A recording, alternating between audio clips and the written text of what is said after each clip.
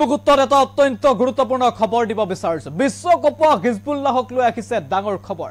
হিজবুল্লাহৰ মুৰব্বী ইতিমধ্যে সলনি হ'ল। হিজবুল্লাহৰ এতিয়াৰ নতুন মুৰব্বী হ'ব হাছিম ছফিউদ্দিন। হাছিম ছফিউদ্দিনে এতিয়াৰ পৰা দায়িত্ব ল'ব হিজবুল্লাহ। ইতিমধ্যে হিজবুল্লাহৰ মুৰব্বী নাছিৰুল্লাহক হত্যা কৰা হ'ল আৰু ইজৰাইলৰ পৰা আক্ৰমণ কৰা হৈছিল হিজবুল্লাহৰ ঘাটিত। ইজৰাইলে ধাৰাবাহিকভাৱে আক্ৰমণ কৰিছিল। সেই আক্ৰমণতে হিজবুল্লাহৰ মুৰব্বী নাছিৰুল্লাহ আৰু তেওঁ জীয়ৰীৰ মৃত্যু হোৱাৰ তথ্য পোহৰলৈ আহিছে। ইতিমধ্যে ইজৰাইলে ইমান ভয়ংকৰভাৱে আক্ৰমণ কৰিছে যে আক্ৰমণত তছনছ হৈ পৰিল হিজবুল্লাহৰ কেইবাটাও ঘাটি। কেৱল সেয়াই নহয়, এক প্ৰকাৰৰ কঁকাল ভাঙি দিয়া হ'ল হিজবুল্লাহ আৰু হিজবুল্লাহৰ বহু সৈনিকৰ মৃত্যু হোৱাৰ তথ্য পোহৰলৈ আহিল। কেইবাটাও ঘাটি ধ্বংস হৈ পৰিল। ইতিমধ্যে হিজবুল্লাহৰ মুৰব্বীক হত্যা কৰি এক প্ৰকাৰৰ শক্তিহীন কৰিব বিচৰা হৈছিল হিজবুল্লাহ আৰু হিজবুল্লাহক শক্তিহীন কৰি ইজৰাইলে সম্পূৰ্ণৰূপে হামাছৰ দৰে নিশকতীয়া কৰি পেলাব বিচাৰিছে। কিন্তু নাছিৰুল্লাহৰ মৃত্যুৰ পাছতেই পুনৰ ঠন ধৰি উঠিছে এতিয়া হিজবুল্লাহ। এবাৰ হিজবুল্লাহৰ নেতৃত্ব ল'ব আন এজনে, যাৰ নাম আমি ইতিমধ্যে উল্লেখ কৰিছো। এই সন্দৰ্ভত সবিশেষ নিটকছ দৰ্শকৰ বাবে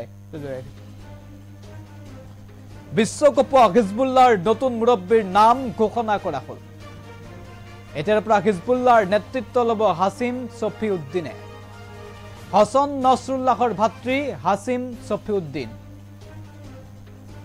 নিশেষ হ'বলৈ ধৰা হিজবুল্লাহক শক্তিশালী কৰাৰ লক্ষ্য এবাৰ হাছিম ছফিউদ্দিন। হিজবুল্লাহৰ ৰাজনৈতিক কাম কাজ চোৱা চিতাৰ দায়িত্বত আছিল ছফিউদ্দিন। সংগঠনটোৰ জেহাদ কাউন্সিলৰো অধ্যক্ষ আছিল ছফিউদ্দিন। হিজবুল্লাহৰ শীৰ্ষ তিনি নেতাৰ ভিতৰত গণ্য কৰা হৈছিল ছফিউদ্দিনক। নিজকে হজৰত মহম্মদৰ বংশধৰ বুলি দাবী কৰে হাছিম ছফিউদ্দিনে। 2017 চনত আমেৰিকাৰ বিদেশ মন্ত্ৰণালয় ইতিমধ্যে সন্ত্ৰাসবাদী ঘোষণা কৰিছিল হাছিমক। শুকুৰবাৰে ইজৰাইলী এয়াৰ ষ্ট্ৰাইকত নিহত হৈছিল হিজবুল্লাহৰ মুৰব্বী হাছান নাছৰুল্লাহ।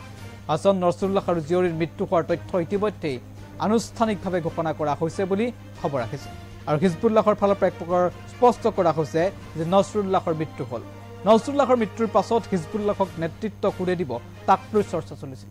ইতিমধ্যে ইজৰাইলে সম্পূৰ্ণৰূপে ধ্বংস কৰি দিব বিচাৰিছিল হিজবুল্লাহ আৰু সেয়া যেন নহওক তাৰ বাবে এতিয়া হিজবুল্লাহ কঠোৰ হোৱা পৰিলক্ষিত হৈছে। এইবাৰ হিজবুল্লাহে আন এজন শক্তিশালী নেতা হাছিম ছফিউদ্দিনক দায়িত্ব দিছে আৰু মাত্ৰ কেইটামান ঘণ্টাৰ ভিতৰতেই নাছিৰুল্লাহৰ মৃত্যুৰ পাছতেই হাছিম ছফিউদ্দিনৰ নাম ঘোষণা কৰি নিজৰ শক্তি পুনৰ দেখুৱাব বিচাৰিছে হিজবুল্লাহে। লগে লগে প্ৰশ্ন উঠিছে যে মধ্যপ্ৰাচ্যত আকৌ ভয়ংকৰ ৰূপ ল'ব নেকি যুদ্ধই? আকৌ ইজৰাইলৰ ওপৰত আক্ৰমণাত্মক হৈ পৰিব নেকি হিজবুল্লাহ? যদি আক্ৰমণাত্মক ৰূপত হিজবুল্লাহ অৱতীৰ্ণ হয় তেতিয়াহ'লে পৰিস্থিতি আৰু অধিক ভয়ংকৰ হোৱাৰ আশংকা দেখিবলৈ পোৱা গৈছে।